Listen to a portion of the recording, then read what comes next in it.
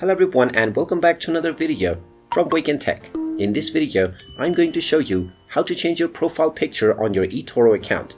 So let's get started right away. First of all, open up your web browser and then in the address bar type in eToro.com and press enter. You will then be taken into the official eToro website. Now from the homepage, just tap on the login button to proceed with using your credentials to log into your account.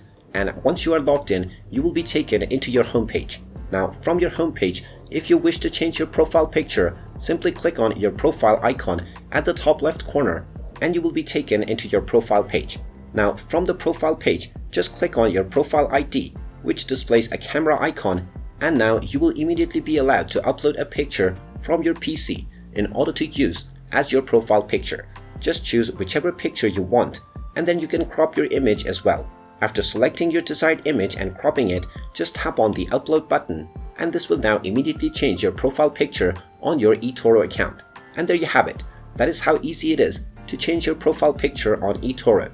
If you find this video helpful, make sure you hit that like button and subscribe to our channel if you haven't done so already.